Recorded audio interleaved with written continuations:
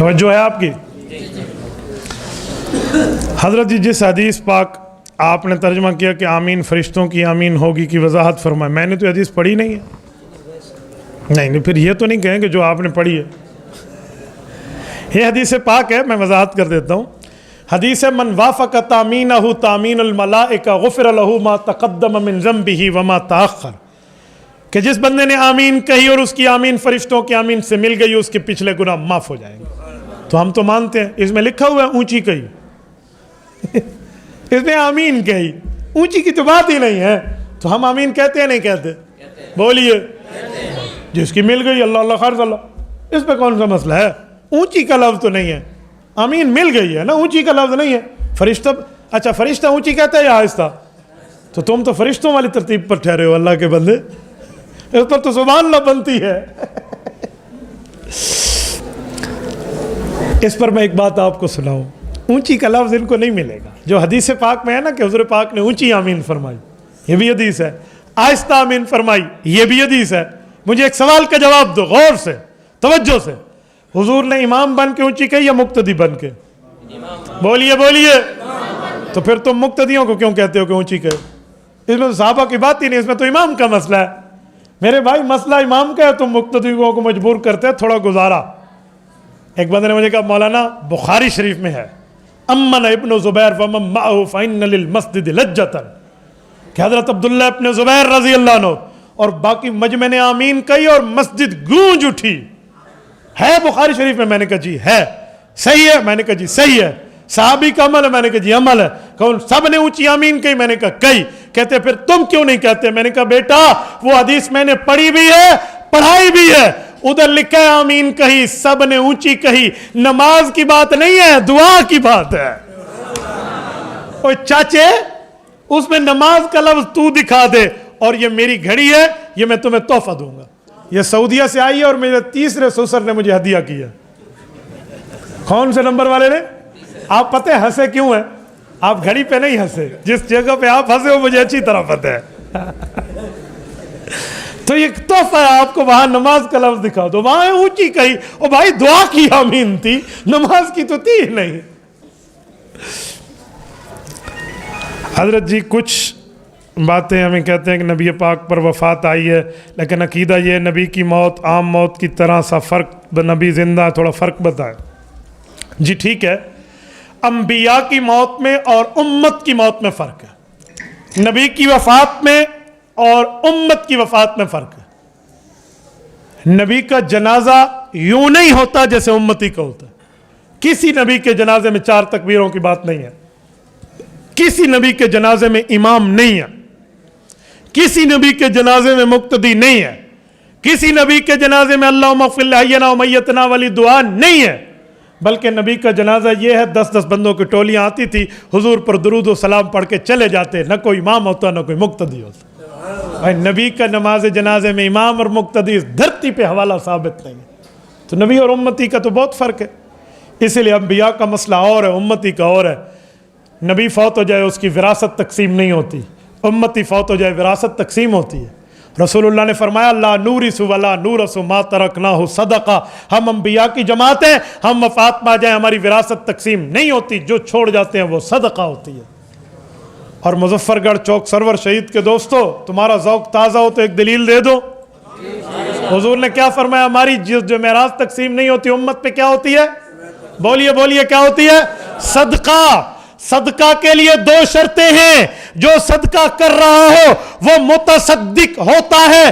پہلی شرط ہے متصدق زندہ ہو، نمبر 2 متصدق اپنے مال کا مالک ہو۔ پھر صدقہ ہے میں کسی اور کا مال پکڑ کے صدقہ کروں، وہ صدقہ نہیں ہے، وہ ڈاکہ ہے۔ صدقے کے لیے خود مالک ہونا بھی ضروری ہے، خود زندہ ہونا بھی ضروری ہے۔ پیغمبر کریم علیہ التحیۃ والتسلیم نے فرمایا ما ترکنا صدقہ، جو ہم چھوڑ جاتے ہیں وہ صدقہ ہوتی ہے۔ پتہ چلا نبی وفات کے بعد زندہ بھی ہے اور اپنے مال کا مالک بھی ہے، اس لیے نبی کی وراثت تقسیم نہیں ہوتی۔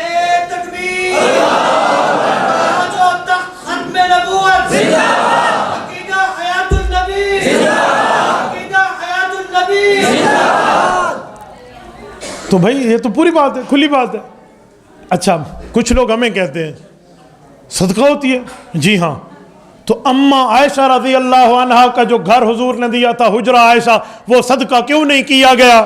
میں کہتا ہوں چاچے نبی کی میراث نہیں ہوتی، اس کی ملکیت صدقہ ہوتی ہے۔ اماں عائشہ کو حجرہ تو حضور نے زندگی میں تحفہ دے دیا تھا۔ دلیل آؤ قرآن کریم سورت نمبر 33 سورت احزاب پارہ نمبر 22 کا پہلا صفحہ، رب کریم فرماتے ہیں وَاذْكُرْنَ مَا يُتْلَى فِي بُيُوتِكُنَّ مِنْ آیَاتِ اللَّهِ وَالْحِکْمَةِ إِنَّ اللَّهَ كَانَ لَطِیفًا خَبِیرًا۔ اے نبی کی گھر والیوں، تمہارے گھروں میں، تم گھر والیوں کے گھروں میں، فی بیوتکن جمع مؤنث مخاطبات، تم نبی کی گھر والیوں کے گھروں میں جو قرآن اتر رہا، جو حدیث آ رہی، اسے دہراتے رہو۔ پتہ چلا یہ گھر حضور نے بیویوں کو دیے تھے، تبھی خدا نے من بیوتکن فرمایا کہ گھر تمہارے نام ہو چکے ہیں۔ ٹھیک ہے، تو اس لیے اس کی بات آپ نہ کریں۔ قبر پہ تلاوت کا کیا حکم ہے؟ بالکل جائز ہے، قبر پہ آپ تلاوت کر سکتے ہیں، لیکن مصحف کو ساتھ لے جانا، قرآن کے نسخے کو ساتھ لے جانا جائز نہیں ہے۔ آپ تلاوت کریں، حدیث پاک میں ہے اس کے پاؤں میں فاتحہ، اس کے سرانے میں سورت بقرہ کا شروع والا حصہ اور اس کے پاؤں کی طرف سے سورت بقرہ کا آخری حصہ آج تک امت پڑھتی آ رہی ہے، تو تلاوت تو جائز ہے۔ بلکہ اس سے بڑھ کے کہوں، یہ سر پہ پگڑی مولوی کو تب سجتی ہے وہ جب صحیح مسلم کی کتاب کو پاس کرے۔ صحیح مسلم شریف میں صحیح حدیث، حضرت عمرو بن عاص رضی اللہ عنہ اذہن العرب صحابی ارشاد فرماتے ہیں اللہ کے رسول نے فرمایا۔ اچھا پہلے میں اذہن العرب پر بھی ایک بات، عرب کے 4 ذہینوں میں یہ ذہین ہے۔ حضرت عمرو بن عاص رضی اللہ عنہ حضرت خالد بن ولید کے ساتھ اکٹھے ایمان لائے تھے۔ جب ایمان لانے آئے، حضور پاک علیہ السلام تک ابھی نہیں پہنچے تھے، مکہ سے چلے تھے، اللہ نے جبرائیل کو بھیجا اور حضور کو بتایا۔ حضور نے صحابہ میں اعلان کیا، میرے صحابہ، مکہ کی سرزمین نے اپنی جگر کے 2 گوشے تمہاری طرف بھیجے ہیں۔ یہ دونوں آئے، حضرت خالد بن ولید نے کہا یا رسول اللہ بہت ہو گئی، بتوں کی عبادت بہت کر لی، ان سے کوئی فائدہ نہیں، میں کلمہ پڑھنے آیا ہوں، مجھے ہلکا بگوش اسلام کر لیجیے۔ کلمہ پڑھا اور ایمان لائے۔ ان کے پیچھے حضرت عمرو بن عاص تھے، یہ بھی دشمن اسلام رہے ہیں۔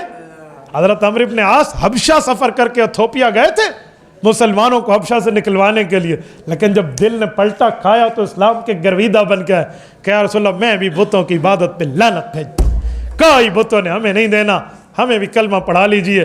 لیکن حضور نے فرمایا کیا لیکن؟ حضور نے ہاتھ یوں آگے بڑھائے ہوئے تھے، حضرت عمرو بن عاص نے اپنے ہاتھ بند کر لیے۔ فرمایا مالک یا عمر، کیا وجہ ہے؟ کہ یا رسول اللہ انا اشترط، ایک بات اگر آپ مجھ سے طے فرما لیں۔ اللہ اکبر۔ حضور نے پوچھا کیا بات؟ کہ یا رسول اللہ بہت گناہ گار ہوں، بڑی غلطیاں کی ہیں، آپ طے کر لیں کل قیامت میں اللہ سے جنت لے کر آپ مجھے دیں گے، آپ ضمانت لے لیں، آپ امام الانبیاء ہیں، آپ لے سکتے ہیں، آپ طے کر لیں میں بھی کلمہ پڑھ لیتا ہوں۔ رحمت للعالمین کی رحمت کو جوش ہے، فرمایا عمر تیرا میرا وعدہ ہو گیا، میں ضامن، ہاتھ بڑھاؤ۔ انہوں نے ہاتھ بڑھائے اور کلمہ پڑھ کے صحابی بنے۔ یہ عمرو بن عاص ہے، صحیح مسلم میں ہے، اپنے بیٹوں کو کہا وفات کے وقت، ابھی سوال باقی ہے، کہا میرے بیٹو قبر کی گھڑی بہت سخت ہوتی ہے، ایک کام کرنا، جب میں فوت ہو جاؤں میرے اوپر مٹی برابر کر لینا، اس پر پانی چھڑکاؤ ہو جائے، ثم شنوا علی التراب، مٹی برابر ہو جائے، پوری سورت بقرہ بیٹھ کر پڑھنا، حتی ینحضر الجذور، یہاں تک کہ اتنا ٹائم گزر جائے کہ اونٹ ذبح ہو کر تقسیم ہو جائے، اتنا ٹائم بیٹھے رہنا، کیونکہ رب کے فرشتے سوالات کرنے آئیں گے، حتی استأنس بکم، تمہارے اس پڑھائی اور تمہارے اس بیٹھنے کی وجہ سے مجھے انس ملے گا۔ ٹھیک ہے، تو اس لیے قبر پہ تلاوت تو جائز ہے بھائی، ہم تو قبر پہ تلاوت کے قائل ہیں۔ قبرستان میں قرآن پڑھنا ثابت نہیں ہے، تدفین کے وقت سورۃ بقرہ کے رکوع بھی ثابت نہیں ہے، جھوٹ ہے، بکواس ہے، غلط ہے۔ سنن بہقی میں موجود ہے، مستدرک میں موجود ہے، اللہ کے رسول نے سورۃ بقرہ کا افتتاحی حصہ اور آخری حصہ پڑھا ہے۔ فوتگی والے گھر میں 3 دن آگ نہ جلانا، گھر میں کھانا تیار نہ کرنے کے بارے میں، جی ہاں، فوتگی والے گھر میں 3 دن تک چولہا نہ جلے کا یہ مطلب نہیں ہے کہ آگ جلانا حرام ہے، مطلب یہ ہے کہ باقیوں کو غیرت کرنی چاہیے، انہیں چولہا جلانے کی بھی نوبت نہ آئے، ان کے گھر پہلے کھانا پہنچا دیں، ورنہ اس دن کوئی خود جلانا چاہے اور وجہ ہو تو جائز ہے، یہ نہیں ہے وہ چولہا بالنا بھی حرام ہے، یوں مسئلہ نہیں ہے۔ مسئلہ یہ ہے کہ ہمیں ان کی امداد کرنی چاہیے. اور آج کل لعنت زدہ رواج ہے, اللہ کی قسم دل ہل جاتا ہے. برادری کی روٹی آ جاؤ, انا للہ و انا الیہ راجعون. ایک بندہ فوت ہوا ہے, گھر والوں کو اپنی پڑی ہوئی ہے, وہ حال ان پہ طاری ہے, اور یہ برادری کی روٹی کی 4 دیگیں بھجوائیں گے, سارے مچھرنڈے اتھا بہ کے کھا کے مچھوں سے تیل ہٹا کے آپ حاصل. یہ بات ہے بھائی؟ یہ کیا عنوان ہے؟ یہ برادری کی روٹی نہیں ہے, یہ لینے دینے والی روٹی ہے, یہ کوئی جائز نہیں ہے. بھائی حضور پاک تو فرمانا چاہتے ہیں ان کا چولہا نہ جلے, کا مطلب یہ ان کی امداد کرو, ان کے ساتھ تعاون کرو, ان کے ساتھ اچھائی کے معاملات میں جاؤ. یہ تو نہیں فرمایا کہ تم برادری کی روٹی کے نام پہ جا کر ان سے پیسے بٹورنے آ جاؤ. بعد میں کل کسی کا فوت ہوگا تو کہیں گے جی برادری کی روٹی ہے, چل پیسے جمع کرو. ایک بندے کا مر بھی جائے اور ایک بندہ پیسے بھی جمع کرے. موت بھی تم نے مہنگی کر دی ہے. پہلے کم مہنگائی ہے اس ملک میں, پہلے گھٹ تباہی آئی پئی ہے. لوگ کہتے ہیں تبدیلی, میں کہتا ہوں تباہی. پہلے کم آئی ہوئی ہے, 64 روپے پیٹرول لیٹر آج 150 روپے پر مل رہا ہے. آج بڑے بڑوں کے تبدیلی کے دماغ ٹھیک ہو چکے ہیں. میں تو جلسوں میں کہتا ہوں کہ اٹھی کھڑو بھائی یوتھیا ذرا آ کے میں 150 تے خوش ہوں. کوئی کہے میں 150 پر خوش ہوں, اب کوئی بھی نہیں کہتا. ہاں جو اپنی کما کے کھاتا ہے اس کو واقعی مہنگائی کی فکر ہے, جو باپ کی کھاتا ہے اسے کوئی فکر نہیں ہے. تو بھائی پہلے کم مہنگائی ہے کہ آپ نے الٹا اتنا مہنگا کر دیا کہ اب موت بھی مہنگائی پر آ جائے. یہ کوئی کھانا نہیں ہے. فی سبیل اللہ دے سکتے ہو تو دو, ورنہ ان کے نام پہ دبا نہ بنو.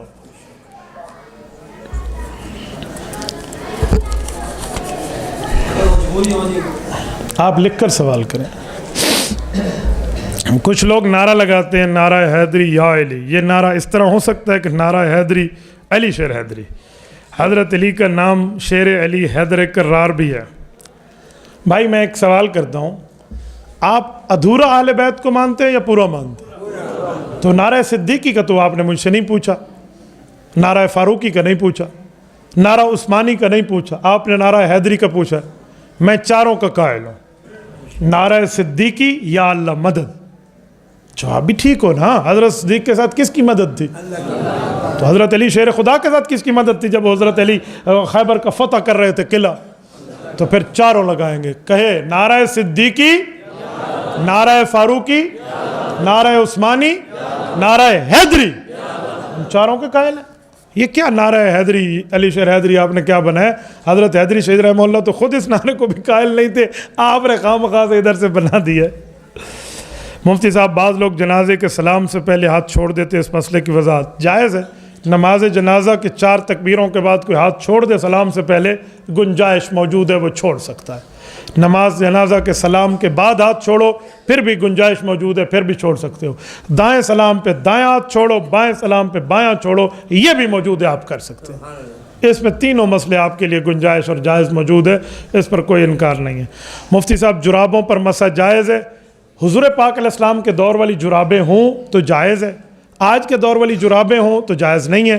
حضور پاک کے دور میں جو جرابیں تھیں وہ تھی جسے منعل کہتے تھے, یعنی ایسا چمڑا فٹ ہوا تھا اس جرابوں میں کہ اس کو 3 دن 3 رات تک چلنا, اس پہ پھٹنا نہیں ہوتا تھا اس جراب کے ساتھ. وہ ہو تو پھر جائز ہے, ورنہ یہ جراب تو آپ کو 2 میچ فٹ بال کے کھیلو اور جراب فارغ ہو جائے گی. یہ تو کپڑے والی جراب ہے. اللہ کے رسول نے جس جراب پہ کیا وہ چمڑے والی منعل ہوتی تھی, اس میں نال لگے ہوتے تھے. یہ اس طرح جورب چمڑے کی نہیں ہوتی تھی. آپ نے اگر چمڑے والی جراب پر مسح کرنا ہے تو اس کا طریقہ ہے یہ, خیر ہے آپ پہن لیجئے یہ کپڑے والی, اس کے اوپر موزہ پہن لیجئے, موزے پر مسح آپ کر سکتے ہیں. اللہ کے رسول نے موزے پر مسح کیا ہے تو لہٰذا موزوں پر مسح کیجئے. یہ جرابوں والی ہمارے پاکستان والی جرابیں میڈ ان پاکستان اور ہیں, باقی معاملہ اور ہے. معراج کی رات حضور پاک نے جو 3 نماز پڑھائی ہے وہ سری تھی یا جہری تھی؟ جو نماز پڑھائی ہے وہ سری تھی یا جہری تھی؟ بھائی نماز کے بارے میں جتنی تفصیل ملتی ہے اتنی ہم نے آپ کو بتائی ہے, جو تفصیل نہیں ملتی وہ ہم نے آپ کو نہیں بتائی. لیکن جہاں نہ ملے وہاں پر اپنی طرف سے کہنا بھی غلط ہے. ہاں اندازہ لگا کر آپ کہہ سکتے ہیں. اللہ رب العزت کی نمازوں کی احکام کے مزاج کی ترتیب یہ ہے کہ دن کی نمازوں میں قرات کی آواز اونچی نہیں ہے, رات کی نمازوں میں قرات کی آواز اونچی ہے. فجر مغرب عشاء یہ رات کی نمازیں ہیں، سورج غروب ہوتا ہے اس وقتوں میں تو نماز میں قرات اونچی ہوتی ہے. ظہر اور عصر میں دن طلوع ہوتا ہے تو نماز کی قرات میں آہستہ ہوتا ہے، ماں سوائے جمعہ کے. جمعہ کا مسئلہ ہو رہا ہے. تو حضور پاک نے جو معراج قرات نماز پڑھائی ہے وہ پڑھائی رات کو ہے. عقل یہ کہتی ہے کہ ہو سکتا ہے اونچا ہونا چاہیے، لیکن اس کی کہیں وضاحت آج تک پڑھی نہیں ہے ہم نے. بھائی آپ پرچیاں مجھے سب دیجئے، کوئی چھوڑیے نہیں. حضرت شکار میں جس پرندے پر حملہ کیا جائے حلال پر کرنے سے وہ مر جائے تو خون نکل رہا ہو مر جائے حلال، یار صاف لکھا کریں، یعنی نہ کریں. یعنی میں نہیں سمجھتا، مجھے لکھا ہوا لفظ دیں اپنی طرف سے. یعنی میں کبھی سوال میں یعنی نہیں ڈالتا، میں کہتا ہوں اس کے لفظ لاؤ. میں کہوں یعنی اس کو مطلب نہ ہو تو یعنی والی ترتیب بعد میں لفظوں والی ترتیب دیں. چلو میں بھائی کا یعنی بھی حل کر دیتا ہوں. آپ نے فائر کیا پرندے کو، اسے لگا ہے، اسے ذبح کریں اس سے خون نکلے تو آپ کے لیے حلال ہے. آپ نے فائر اس کو گرانے کے لیے کیا ہے، یہ نہیں ہے بسم اللہ اللہ اکبر فائر کیا وہ مر گیا وہ حلال ہے. کوئی حلال نہیں ہے.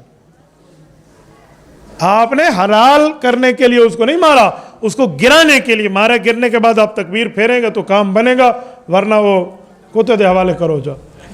ہاں کتے بلے کھا سن وہی کھائیں گے، ہم تو نہیں کھائیں گے بھائی. فوتگی والے گھر میں اگر محلے سے کوئی بندہ کھانا نہ دے تو ادلے بدلے کا کھانا پھر بھی جائز نہیں ہے بھائی. نہیں دے تو وہ بندے اپنا خود پکا لیں گے اور محلے والوں سے اللہ پوچھے گا. یہ بندے چساں چاہتے ہیں سوال لکھ کے نا. باغ فدق کی حقیقت کیا ہے؟ باغ فدق ہے بھائی. باغ فدق ایک باغ ہے، اللہ کے رسول کو بغیر جنگ کے ہدیہ ہوا ہے. ما افاء اللہ علیہ من اہل القریٰ اس آیت کے تحت ہے. حضور پاک علیہ السلام کو ملے سے مال فے کہتے ہیں.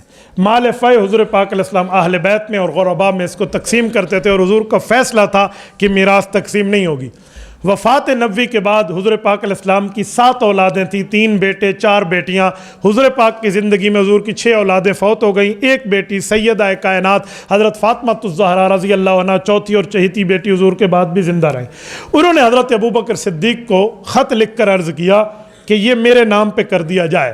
تو حضرت صدیق اکبر نے جواب دیا کہ بیٹی فاطمہ زمین آپ کو چاہیے تو جس زمین پہ انگلی رکھے صدیق آپ کے نام کر دے گا، لیکن اگر آپ حضور والی وہی باغ فدق کو لینا چاہتی ہیں تو آپ کے والد مکرم اور ہمارے پیغمبر مکرم کا فیصلہ ہے کہ وہ تقسیم نہیں ہوگی. اب آپ بتائیں میں آپ کی بات مانوں یا آپ کے والد کے فیصلے کو مانوں؟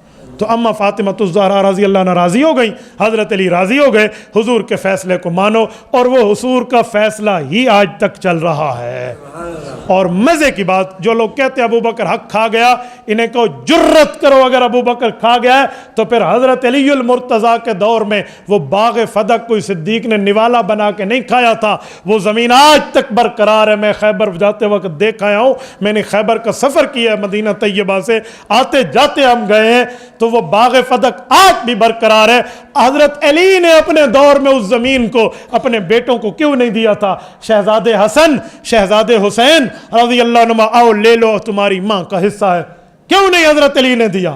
حضرت علی نے بھی ابو بکر کے فیصلے کو برقرار رکھا، اور امام حسن نے بھی 6 ماہ خلافت لے کر اپنے والد حضرت علی اور اپنے چاچو حضرت ابو بکر کے فیصلے کو برقرار رکھا. جسے صحابہ اور اہل بیت نے برقرار رکھا آج ہم بھی برقرار رکھیں گے. یہ لوگ کہتے ہیں نا بابا نا حضرت فاطمہ نے مانگا تھا تو حضرت ابو بکر کو چاہیے تھا، حضور پاک کا فیصلہ توڑ دیتے. او بھائی یہ کوئی بات ہے کہ ابو بکر صدیق حضور کا فیصلہ توڑ دیتے؟ ابو بکر صدیق رضی اللہ تعالیٰ عنہ سے اما فاطمہ فیصلہ توڑوانے نہیں آئی تھی. وہ خط جو لکھا تھا وہ خط فیصلہ توڑوانے کے لیے نہیں تھا، بلکہ وہ تو یوں تھا کہ جب میں لکھوا کر ابو بکر صدیق سے یہ مسئلہ نافذ کرا لوں گی تو جب یہ میں نہیں لے سکتی ابو کا فیصلہ برقرار ہے تو دنیا میں کوئی سید پھر میراث سے پیغمبر کی بات نہیں کر سکے گا. یہ تو اما فاطمہ الزہرا نے عقل مندی کا مظاہرہ فرمایا اور آپ نے اس کو کچھ اور سمجھ لیا، اس لیے تھوڑا گزارا باغ فدق پر. اگر ابو بکر پر انگلی آئے گی تو حضرت علی اور امام حسن پہ آئے گی، پھر ان نے تقسیم کیوں نہیں کیا؟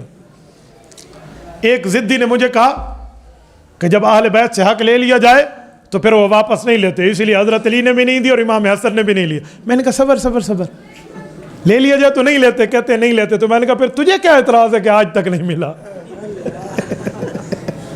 تجھے کیا کیا اعتراض ہے؟ وہ تو ختم ہو گئی بات، اگر یہ جھوٹ بھی مان لے تو۔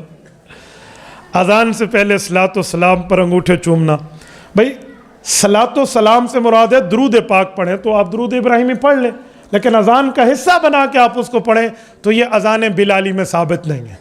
حضور پاک علیہ الصلوۃ والسلام نے جو اذان سکھائی ہے وہ حضرت بلال رضی اللہ عنہ والی اذان ہے، اور اذان بلالی پوری دنیا میں آ رہی ہے، حضرت رسول اللہ کی مسجد میں بھی آ رہی ہے اور ہماری مسجد میں بھی آ رہی ہے، اللہ کے گھر میں بھی آ رہی ہے اور دنیا کے ہر جگہ اللہ کے گھر میں آ رہی ہے۔ وہ اذان اللہ اکبر پہ شروع ہوتی ہے اور لا الہ الا اللہ وہ بھی ایک مرتبہ اس پہ ختم ہوتی ہے، ٹھیک ہے؟ ہم اس اذان کو اگر بڑھاتے نا تو لا الہ الا اللہ کے آگے لفظ کیا ہے؟ محمد الرسول اللہ، ہم یہ کہہ دیتے بھئی آخر میں کہو اشہد لا الہ الا اللہ محمد الرسول اللہ، ہم یہ بڑھاتے، بھئی ہمیں یہ بھی بڑھانے کا اختیار نہیں ہے، کیونکہ حضور پاک علیہ السلام نے جو کہا ہے وہی دین ہے، جدھر جتنا کہا ہے وہی دین ہے، جدھر جتنا فرمایا وہی دین ہے، نہ ہم اس کو بڑھائیں گے نہ گھٹائیں گے۔ تو حضور پاک علیہ السلام کے اذان میں تو یہ ترتیب نہیں ہے۔ رہا انگوٹھے چومنے کا مسئلہ، تو انگوٹھے چومنے کا کیا مطلب ہے؟ کہتے ہیں حضور پاک کے نام پہ انگوٹھے چومیں، تو بھئی حضور پاک علیہ السلام کے کتنے نام ہیں؟ قرآن کریم کا آخری صفحہ کھولیں، 100 نام ہے، محمد احمد حامد محمود طیب قاسم عاقب فاتح شاہد مشہود، ہے نام یا نہیں ہے؟ تو تم باقی ناموں پہ تو نہیں چومتے۔ نمبر 2، اسماء النبی حضرت مولانا موسیٰ روحانی بازی رحمہ اللہ نے 1100 کی تعداد میں جمع کیے ہیں، مخدوم ہاشم ٹھٹوی رحمہ اللہ نے اس سے بھی زائد 3000 جمع کیے ہیں، تو ان میں تو کسی نام پہ آپ نہیں چومتے۔ چومنا ہے پھر حضور کے ہر نام پہ پھر چومتے رہیں، چمہ چٹاکی لگی راسی، باقی کام مک ویسے، پتہ نہیں پھر یہ ملتان جانیاں اور قربان جانیاں ہوتا رہے گا، اور باقی تو میرے خیال میں سارا کام ختم ہو جائے گا۔ اچھا، کچھ دوست کہتے ہیں امام شامی رحمۃ اللہ نے فتاوی شامی میں لکھا ہے کہ انگوٹھے چومنے سے آنکھوں کو بینائی اچھی ملتی ہے، میں کہتا ہوں ہاں لکھا ہے، ساتھ لکھا ہوا ہے، یہ قرآن سنت کی بات نہیں ہے، ٹوٹکا ہے لوگوں کا، تجربہ ہے، تو کوئی تجربے کے طور پہ انگوٹھے چومیں، انگلیاں چومیں، ہاتھ چومیں، ہمیں کوئی مسئلہ نہیں ہے، لیکن اسے شریعت کا حصہ بناؤ گے تو وہ دلیل پھر آپ کی نہیں بنتی، وہ تجربے کی بات لکھی ہوئی ہے۔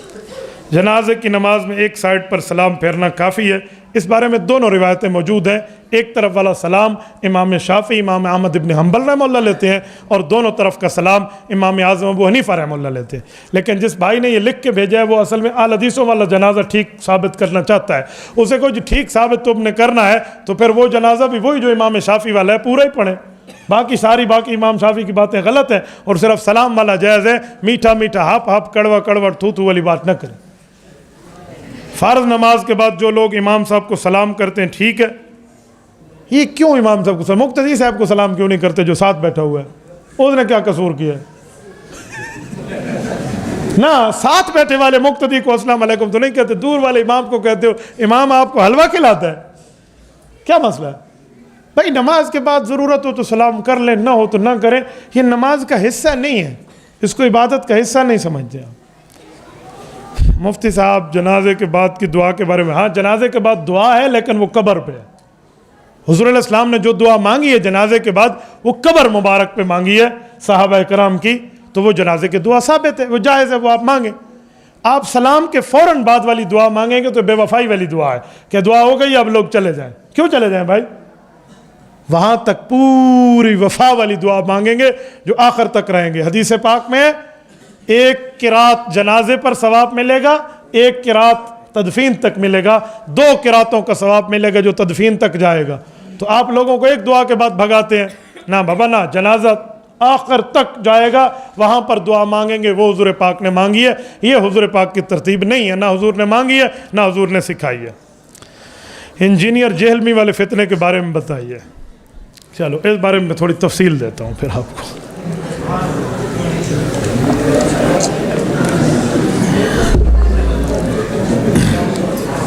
ڈالیے پلا لیجیے۔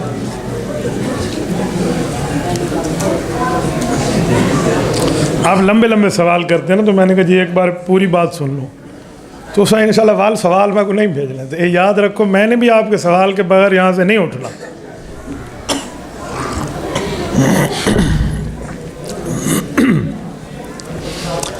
انجینئر جہلمی جو ہے نا وہ صرف انجینئر ہے، تو جو صرف انجینئر ہو اس سے گھر کا نقشہ بنوا سکتے ہیں اگر ماہر ہو، اسٹرکچر بنوا سکتے ہیں، تھلی سیدھی ہے یا ٹیڑھی ہے بنوا سکتے ہیں, سڑک ڈنگی ہے یا سیدھی ہے یہ پوچھ سکتے ہیں. دین کا مسئلہ پوچھیں گے تو اس انجینئر کو پہلے عالم دین اور مفتی بھی ہونا چاہیے. جو عالم نہ ہو, انجینئر ہو, تو اس سے مسئلہ بتانے کا حق کس نے دیا ہے؟ حضرت جی مولانا پیر ذوالفقار احمد نقشبندی دامت برکاتہم انجینئر بھی ہیں, عالم بھی ہیں, دونوں ہاتھوں سے ان کو سلام ہے. بتائیں, سنائیں مسئلے, ان کا حق ہے. عالم بھی ہیں, انجینئر بھی ہیں, نقشہ بھی بنا سکتے ہیں, مسئلہ بھی بتا سکتے ہیں. لیکن انجینئر علی مرزا صرف اور صرف انجینئر ہے, کوئی عالم نہیں. اگر عالم ہے تو بتاؤ علماء کے 8 سال ہیں, اولا, ثانیہ, ثالثہ, رابعہ, خامسہ, سادسہ, سابعہ, ثامنہ. یہ 8 سال میں اس نے کس مدرسے میں پڑھے ہیں؟ اب کیا کہیں گے؟ وہ خود پڑھ کے عالموں سے بھی آگے بڑھ گیا ہے. ہم کہتے ہیں بھائی اگر ایک موچی کہے کہ میں پڑھ کے بھی ڈاکٹروں سے آگے نکل گیا ہوں, تم ٹیکہ لگواؤ گے؟ تو کہے گے تو موچی ہے, اپنی رمبی والا کام چلا. ٹھیک ہے, تو بھائی تم جان کی دوائی نہیں لیتے موچی سے, اگرچہ اس کو انگریزی فر کیوں نہ آتی ہو, تو اس انجینئر سے ایمان کی دوائی کیوں لیتے ہو جو عالم ہی نہیں ہے؟ عالم بھی نہیں ہے, یا تو عالم ہونا چاہیے. مجھے ابھی کھانے میں ایک بھائی کہہ رہے تھے حضرت انجینئر کا فتنہ بڑھتا جا رہا ہے, لوگ اسے یوں کہتے ہیں یوں. میں نے کہا ہمیں کوئی پرواہ نہیں ہے. یہ کیوں سا مسئلہ ہے؟ جو جاتا ہے ایک نہ 10 دفعہ جائے, مجھے نہیں پرواہ. اس بے وقوف بدھو کا اگر دماغ یہ ہے کہ دین کا مسئلہ انجینئر سے ملے گا علماء سے نہیں, وہ ایک نہ 10 دفعہ جائے. بھائی دودھ والے سے ملتا ہے, چینی والے کریانہ والے سے ملتی ہے, گوشت کسائی سے ملتا ہے, موٹر سائیکل شو روم سے ملتا ہے, گاڑی آپ کو کار شو روم سے ملتی ہے. تو دین علماء سے ملتا ہے, نقشے انجینئر سے ملتے ہیں. ایک بندہ بے وقوف موچی سے جا کر آپریشن کرائے تو مجھے کیا ہے بھائی؟ ہمیں کوئی مسئلہ جزلہ نہیں ہے. میں کہتا ہوں یہ ہے اسی قابل جو اس کے پاس گیا ہے. کیوں؟ دیکھو, آپ اور میں سگے بھائی کیوں نہ ہوں, لیکن آپ کے اور میرا بلڈ گروپ میچ ہونا ضروری نہیں ہے. آپ کو اور میرا بلڈ گروپ میچ ہوگا, خون کا سیمپل تب ملے گا جب دونوں کا رشتہ ہو یا نہ ہو, لیکن خون کا نمبر 1 ہو. دونوں اے پازیٹیو ہو, دونوں بی پازیٹیو ہو, دونوں اے نیگیٹو ہو, دونوں بی نیگیٹو ہو, دونوں او لیول کے پوری ترتیب ہو. اس میں جب بلڈ گروپ سیم ہوگا تو باپ کا بیٹے کو بھی مل جائے گا, نہیں تو باپ کا بیٹے کا بھی نہیں ملے گا.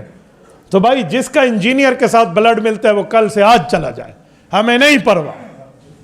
یہ کوئی بات ہے؟ دین ملتا دینداروں سے, دین ملتا علماء سے. کہتے ہیں اس نے علماء کی دکانیں بند کر دی ہیں. میں نے کہا بے حیا, مولویوں کی کوئی دکانیں ہوتی ہیں؟ کوئی مولوی دین بیچتے ہیں؟ خدا کے بندے, کل کوئی موچی بیٹھ کے کہے میں نے جب سے آپریشن شروع کیے ہیں بڑے بڑے ڈاکٹروں کی کلینکیں بند کر دی ہیں, تو لوگ بجے مار کے اسے کہیں گے بے حیا, چخل لعنت پوی گردھالی تک کو شرم نہیں آندا. لوگ کہیں گے جوتوں کا ہار اس کے گلے میں ڈالیں. تو ڈاکٹر کے مقابلے میں بولے گا, تو موچی ہے تو اپنا کام کر. بشیرہ موچی کہاں اور ڈاکٹر عبدالقدیر کہاں؟ تو ڈاکٹروں کے سامنے یہ بولے گا. تو بھائی انجینئر کہاں اور علماء کہاں؟ آپ کے یہاں مظفر گڑھ چوک سرور شہید کے حضرت مولانا عبد المجید فاروقی رحمہ اللہ پچھلے سال ہماری صدارت میں موجود تھے. اللہ ان کی قبر پہ کروڑوں اربوں رحمت نازل فرمائے.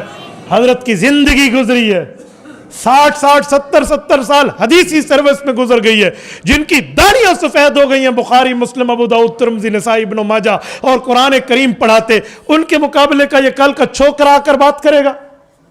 اللہ معاف کرے, جھوٹ پہ جھوٹ بولنا انجینئر کا کام ہے. انجینئر ایک حدیث میں کہتے ہیں, حدیث بیان کرتے ہو, کہتے ہیں اما عائشہ کو حضور نے فرمایا تیری علی سے جنگ ہوگی. حضرت علی کو حضور نے فرمایا تیری اما عائشہ سے جنگ ہوگی. تو حضرت علی نے عرض کیا یا رسول اللہ پھر تو میں ظالم ہوگا. فرمایا تو نہیں ظالم ہوگا, عائشہ ظالمہ ہوگی. میں اس دھرتی پہ چیلنج کر کے کہتا ہوں انجینئر اس کے گماشتوں کو, ان کے پروردوں کو, تم میں جرت ہے اور تم نے اپنی ماں کا دودھ پیا ہے, بوتل کا نہیں پیا. اس دھرتی پہ مجھے حدیث دکھا دو حضور نے فرمایا عائشہ ظالمہ ہوگی. اور اگر سکی ماں کا دودھ پیا ہے, بوتل کا نہیں پیا, کسی دودھ والے سے دودھ 1 کلو لے کر تمہیں تمہارے ابو نے نہیں پلایا, نیجو دودھ تمہارے ابو نے نہیں پلایا, ماں کا دودھ پیا, جرت سے یہ حدیث ثابت کرو. پیغمبر علیہ الصلوۃ والسلام کی بیوی پر جھوٹ بولنا اس کا کام ہے, اور تم کہتے ہو دین کی بات کرتے ہیں. میں حیران ہو جاتا ہوں. میں کل ایک کلپ سن رہا تھا, مجھے ایک بندے نے اس کا واٹس ایپ کیا. اس میں انجینئر کہتے سیدنا معاویہ رضی اللہ عنہ کا بغض اس کے دل میں کتنا ہے. کہتے تم کہتے ہو معاویہ نے قرآن لکھا ہے, معاویہ فتح مکہ پہ ایمان لائے, یہ اس کی لینگویج ہے. حضرت معاویہ کہتے فتح مکہ پہ ایمان لائے اور فتح مکہ تک 99.99% قرآن اتر چکا تھا. مراد یہ کہ فتح مکہ تک قرآن پاک بالکل اتر چکا تھا, 1% رہتا تھا جو نہیں اترا تھا. یہ اس نے لکھا ہے. اس لیے معاویہ کے اوپر شک کرو گے تو قرآن شک میں آئے گا. کیا قرآن معاویہ کا محتاج ہے؟ یہ لینگویج ہے. میں نے کہا جاہل بٹا جاہل, چبل بٹا چبل کا علم یہ ہے, پوری کی پوری سورت توبہ, پوری کی پوری سورت توبہ ایک پارے کی فتح مکہ کے بعد اتری ہے. صحیح بخاری میں موجود ہے. اس اندھے کو اتنا بھی نہیں پتا. اگر 30 پارے ہوں جیسے ہیں, ایک پارا بھی فتح مکہ کے بعد اتر جائے تو 99.9%, 0% تو پھر بھی نہیں, 3% سے بھی زائد بنتا ہے. اور اس بے وقوف کا یہ دماغ ہے.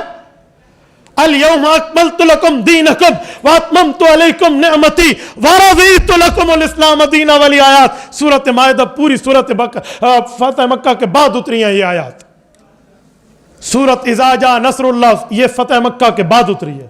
واتقوا یوما فیہ ترجعون الی اللہ فتح مکہ کے بعد اتری ہے. اس جاہل کو اتنا بھی نہیں پتا یہ قرآن پر جھوٹ بول رہا ہے. یہ تمہارے سامنے بڑے بنے ہوئے ہیں. انجینئر کے گماشتے مجھ سے رابطے میں, انجینئر کے چیلے مجھ سے رابطے میں, اور میں نے کہا اسے کو سگی ماں کا دودھ پیا تو ہم سے بات کر. چیلنج انہیں کرے گا جو مناظرے کے لیے آئے تو تو دم دبا کے بھاگ جا, جو سینہ کھول کے تجھے کہتے ہیں آؤ ہم سے بات کرو. ہم سے کیوں نہیں کرتے؟ ادھر آ ستمگر ہنر آزمائیں تو تیر آزما ہم جگر آزما. پتہ نہیں کیا.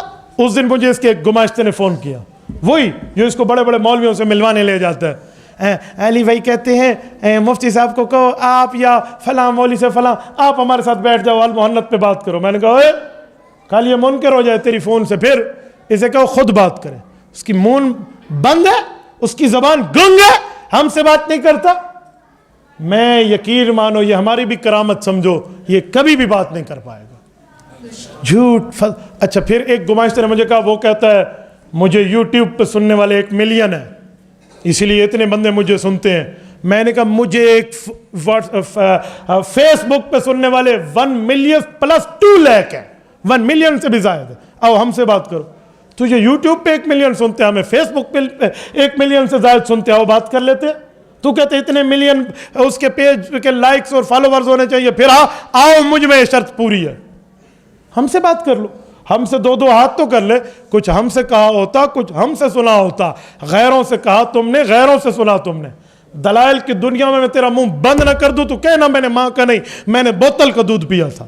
لیکن کبھی نہیں کہے گا, کبھی نہیں کہے گا. اور اس کے فالوورز کے لیے میں نہیں کہتا, وہ بلائنڈ فالوورز ہیں, اندھے مقلد ہیں. ان کو تو میں تو کہتا تو کب تم قابل ہو, اس قابل ہو تم اسی اتار سے لونڈے سے دوا لینی ہے. وہ کہتے ہیں میر بھی کیا سادہ ہے بھائی, بیمار ہوئے جس کے سبب اسی اتار کے لونڈے سے دوا لیتے ہیں. تم نے انہی سے لینا ہے, ان سے لینا ہے تو جاؤ ان سے بات کر لو. کلمہ طیبہ حدیث مبارکہ میں ثابت ہے, جبکہ صحابہ کرام ایمان قبول کرتے وقت کلمہ شہادت پڑھتے تھے. بابا کلمہ طیبہ تو اللہ کے قرآن سے ثابت ہے.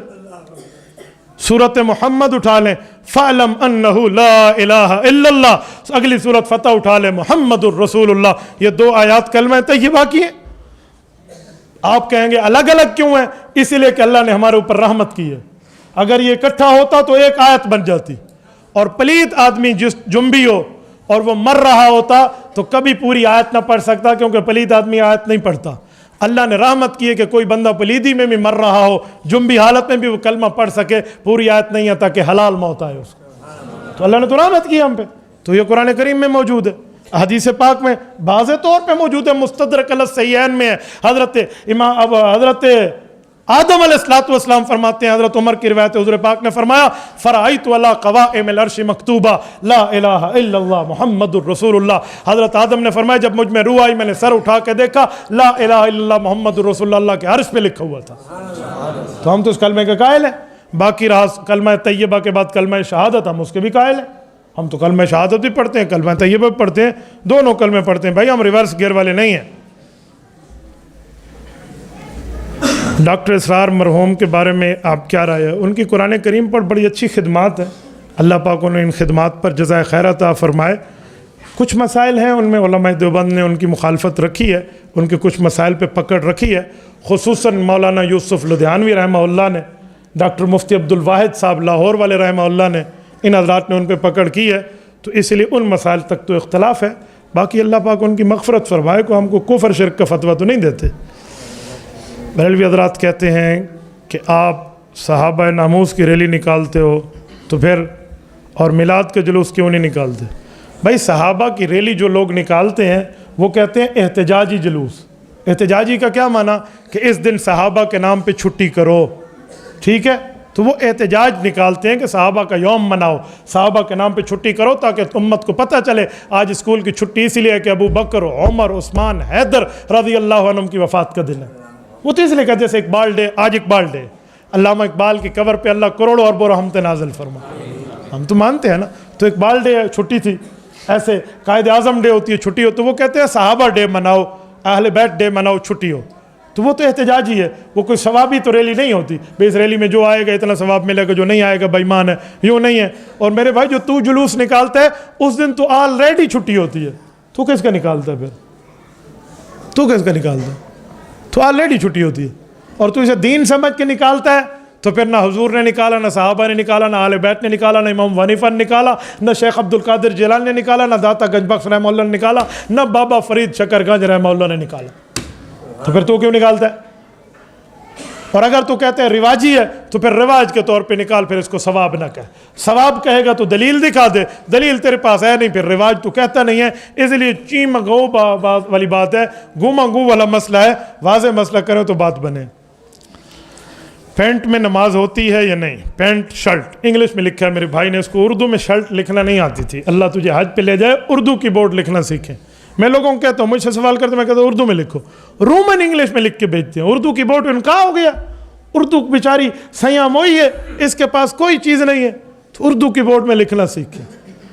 پینٹ شرٹ میں نماز ہو جاتی ہے اگر پینٹ شرٹ ایسی ہو جو آپ نے بطور وردی پہنی ہوئی ہے، یا پینٹ شرٹ ایسی ہو یا آپ نے ڈھیلی ڈھالی پہنی ہوئی جس سے جسم کی ساخت واضح نظر نہیں آ رہی، اور اگر آپ نے جینز ٹائٹ کر کے پہنی ہوئی ہے تو پھر جن کے لیے پہنی ہے ان کو دکھاتے رہو، اللہ کے گھر میں نہ ہو۔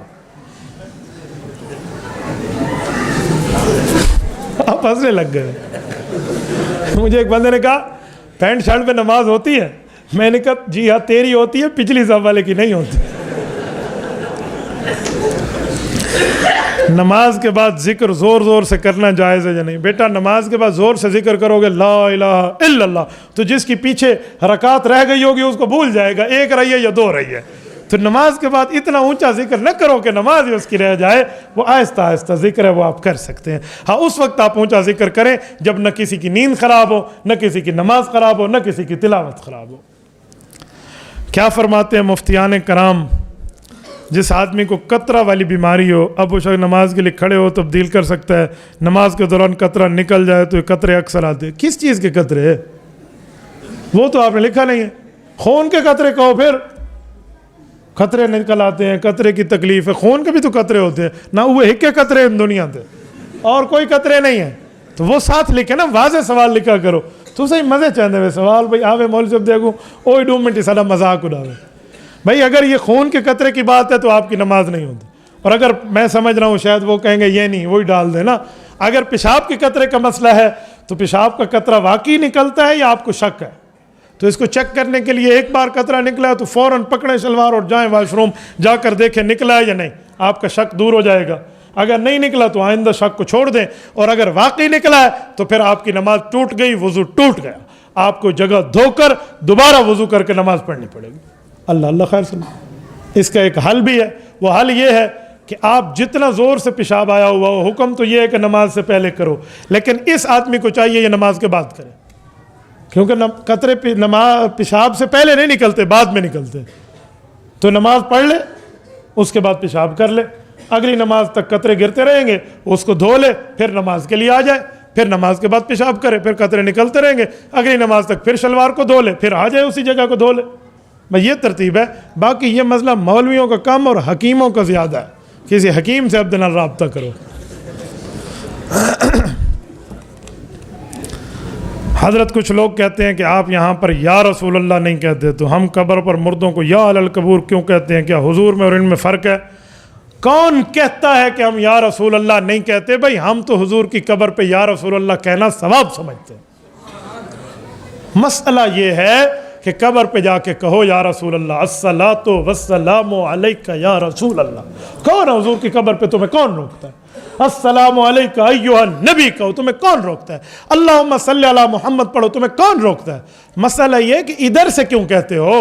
ادھر سے یا اللہ کہو، حضور کی قبر پہ یا رسول اللہ کہو، ختم۔ ہم جو یا اہل القبور کہتے ہیں قبر پہ جا کے یا گھر سے کہتے ہیں؟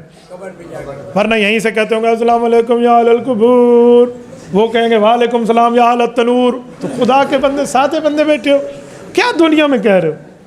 بھائی ہم قبر پہ پہنچتے ہیں تو اہل القبور کہتے ہیں، تم بھی حضور پاک کی قبر پہ اللہ تمہیں لے جائے، اللہ آپ کی برکت سے ہمیں بھی لے جائے، حضور قبر پہ جائیں آپ یا رسول اللہ کا، کون آپ کو منع کرتے ہے بھائی؟ تو اس لیے جائز ہے۔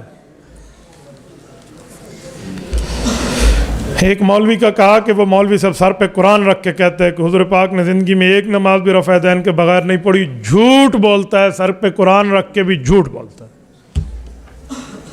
چل نہیں اتنا جلدی دعا نہیں، یہ سوالات تو پورے ہوں گے نا۔ فرض نماز کے بعد اجتماعی دعا مانگنا کیسے ہے؟ جائز ہے، رسول پاک علیہ السلام نے مانگی ہے۔ رفع یدیہ بعد ما سلم، بہقی میں حدیث موجود ہے، مصنف ابن ابی شیبہ میں حدیث موجود ہے، اور اعلاء السنن میں حدیث پاک موجود ہے۔ معارف السنن میں حضرت محدث سید یوسف بن نوری رحمہ اللہ نے حدیث کی لائن لگا دی ہے کہ حضور پاک علیہ السلام نے نماز کے بعد دعا مانگی ہے۔ جو مولوی کہتے ہیں نہیں مانگی، اس کا مطالعہ کمزور ہے، اس کو چاہیے مطالعہ کرے۔ محدث یوسف بن نوری رحمہ اللہ نے معارف السنن میں پوری لائن ذکر کی ہے، دعا کے باب میں 6 سے 7 حدیث دی ہیں، حضور پاک نے نماز کے بعد اجتماعی دعا مانگی ہے، اور اونچی بھی مانگی ہے، اونچی ہے۔ یہ نماز کے بعد دعا کون سی ہے؟ اللہم انت السلام و منک السلام، پڑھیے۔ آپ نے پڑھ لی، کیوں پڑھ لی؟ کہتے ہیں صحابہ نے سنی، حضور نے اونچی مانگی تو صحابہ نے سنی نا، تو بھئی اونچی بھی ثابت ہے۔ قاری صاحب رفع یدین کی مخالفت پر کوئی حدیث ذکر؟ رفع الیدین ثابت ہے، حضور پاک علیہ السلام نے کی ہے، آپ علیہ السلام کرتے تھے، لیکن حضور پاک نے آخر میں چھوڑ دی ہے۔ صحیح مسلم جلد نمبر 1 صفحہ نمبر 181، حضرت جابر ابن سمرہ فرماتے ہیں رسول پاک علیہ السلام آئے، کننا صلینا وخرج علینا رسول اللہ کننا صلینا، حضور آئے ہم نماز پڑھ رہے تھے، رفع یدین کر رہے تھے، حضور نے فرمایا مالی اراکم رافعی ایدیکم، تمہیں کیا ہو گیا تم رفع یدین کر رہے ہو اور میں دیکھ رہا ہوں کأنہا اذناب خیل شمس، یہ شریر گھوڑوں کے دموں کی طرح ہاتھ ہلانا چھوڑ دو، اسکنوا فی الصلاۃ، پوری نماز سکون سے پڑھو۔ پیغمبر علیہ السلام کی حدیث ہے، صحیح مسلم ہے، جلد 1 ہے، صفحہ 181 ہے، ورقے کی بائیں سائیڈ ہے، قدیمی کتب خانہ کراچی سے چھپی ہے۔ ایک حدیث پہ اگر آزما درست ہے تو لے لیں، ورنہ کئی حدیث اس پر موجود ہیں۔ قبر پہ ہاتھ اٹھا کر دعا مانگنا، جی ہاں، آپ دفن کرنے کے بعد ہاتھ اٹھا کر دعا مانگیں تو جائز ہے۔ ہمارے علماء میں سے بعض کہتے ہیں آپ قبلہ رخ ہو کر مانگ لیں، پھر بھی ٹھیک ہے، ورنہ قبر پہ آپ نے اس وقت دعا کی ہے تو بھی ٹھیک ہے، لیکن آپ ہر قبر پہ جا کے مانگیں گے تو ہو سکتا ہے کہ بت پرست آپ کو یہ نہ کہہ دے کہ بھئی تم قبر پہ مانگو تو جائز ہے اور ہم بت پہ مانگیں تو ناجائز ہے، اسی لیے کچھ لوگ نہیں بھی اٹھاتے۔ نماز میں بغیر نماز کے مستقل طور پہ شلوار نیچے رکھنے کا، بابا نماز ہو یا غیر نماز ہو شلوار ٹخنوں کے اوپر رکھنی چاہیے۔ ما اسفل من الکعبین من الازار فی النار، صحیح حدیث، صحیح بخاری، اللہ کے رسول نے فرمایا جو ٹخنوں کے نیچے جگہ تم چھپا کے رکھتے ہو یہ جہنم جائے گی۔ حضرت میت دفنانے کے بعد لوگ کہتے ہیں کہ مولوی صاحب ہاتھ اٹھا کر دعا کرنا جائز ہے، میں بتا چکا ہوں۔ حضور پاک علیہ السلام نے نماز پڑھائی، انبیاء نے نماز سورۃ فاتحہ نہیں پڑھ کے، فرض نماز تھی، یہ فرض نماز ہو کر چلی گئی۔ بیٹا یہ نماز تھی، حضور پاک علیہ السلام نے پڑھائی ہے، فرض تو امت محمدیہ پہ ہے، وہ کوئی امت محمدیہ ہے؟ چاچے ذرا دماغ ٹھیک رکھ کے سوال کیا کر، فرض تیرے میرے اوپر ہے، وہ نماز صلاۃ خصوصیہ ہے، خاص طور کی نماز ہے، جو خاص والی بغیر فاتحہ کے ہو گئی تو نہیں پڑھی نا انہوں نے، تو عام والی بھی ہو گئی، ٹھیک ہے؟ تیری چونڈ میں ایسے جلدی نہیں چھوڑوں گا، یاد رکھنا۔ جناب آپ نے فرمایا شکار ذبح نہ ہو وہ حرام ہے، جبکہ حدیث پاک میں سنن نبی داؤد میں مر جائے تو حدیث لکھ کر بھیجو نا، حدیث کا نمبر بھیجتے ہو، حدیث لکھ کر بھیجے، میں دیکھیں کون سی حدیث آپ کہہ رہے ہیں۔ ہو گیا؟